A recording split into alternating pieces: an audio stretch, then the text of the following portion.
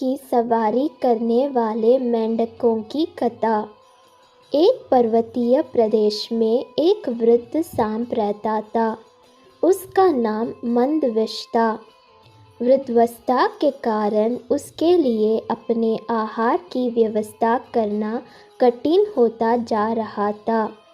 अंततः वह बिना परिश्रम के किसी तरह भोजन जुटाने का उपाय सोचा करता था। एक दिन उसे एक उपाय सूझ गया।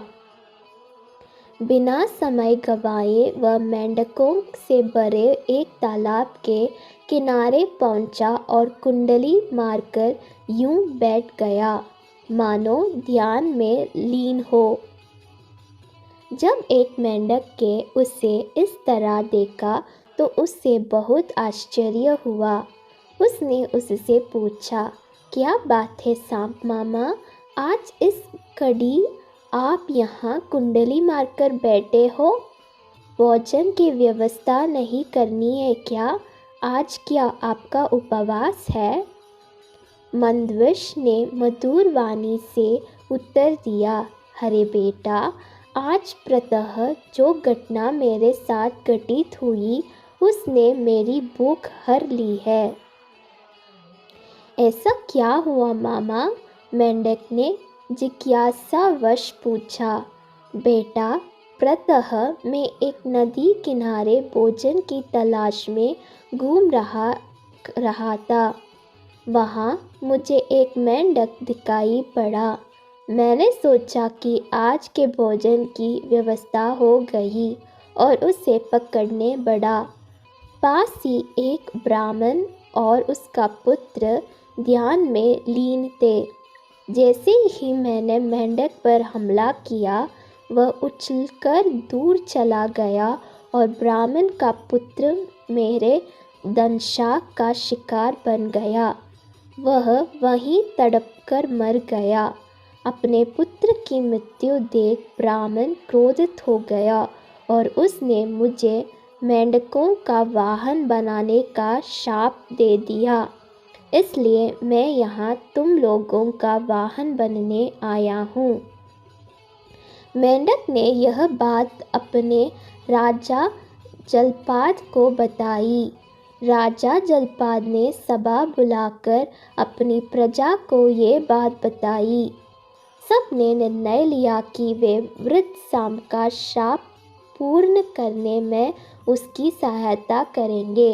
इस तरह वे सांप की सवारी का आनंद भी उठा लेंगे। सब मिलकर मंदविश के पास गए। फन फैलाए मंदविश को देख सारे मेंढक डर गए, किंतु जलपाद नहीं डरा और जाकर उसके फन पर चढ़ गया। मंदविश ने कुछ नहीं कहा। इससे अन्य मेंढकों का भी साहस बढ़ गया और वे भी मंदविश के ऊपर चढ़ने लगे। जब सारे मेंढक मंदविश के ऊपर चढ़ गए तो वह उन्हें भांति-भांति के करतब दिखाने लगा। उसने उन्हें दिन भर इधर उधर की खूब सैर करवाई, जिसमें सभी मेंढकों को बड़ा आनंद आया। अगले दिन वे सब फिर सवारी के लिए मंदविश के पास आए।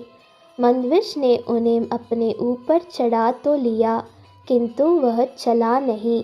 वह देख जलपाद ने पूछा, क्या बात है, आज आप हमें करतब नहीं दिखा रहे, ना ही हमें घुमा रहे हैं?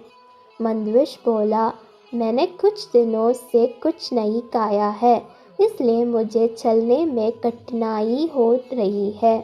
अरे ऐसा है तो आप छोटे छोटे मेंढकों को खाकर अपनी भूख मिटा लो, फिर हमें ढेर सारे करतब दिखाओ, जलपाद बोला। मंदविश इसी अवसर की ताक में था। वह प्रतिदिन थोड़े थोड़े मेंढक खाने लगा। जलपाद को अपने आनंद में यह भी सूझ नहीं रहा कि धीरे धीरे उसकी वंश का नाश होता जा रहा है। उसे होश तब आया जब वह अकेले ही बचा और मंदविश उसे अपना आहार बनाने पर तूल गया। वह बहुत गिड़गिड़ाया, किंतु मंदविश ने एक ना सुनी और उसे भी लील गया। इस तरह पूरे मेंढक वंश का नाश हो गया।